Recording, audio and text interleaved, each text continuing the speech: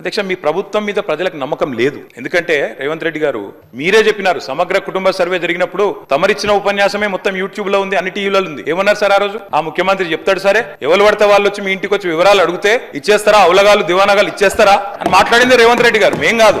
ఆ రోజు నేను మాట్లాడింది, మీరు ఎంగేజ్ చేసిన వాళ్ళు ఎవరో మీ దగ్గర డేటా ఉందా?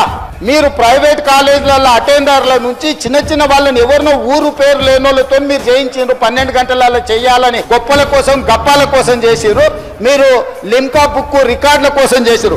లిమ్కా బుక్ రికార్డుకు పంపించి వీళ్ళు గొప్పలు పొడిచిండ్రని.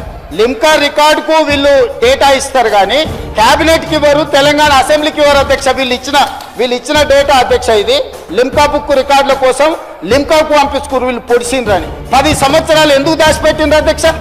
ఎందుకు ఈ సభలో పెట్టలేదు?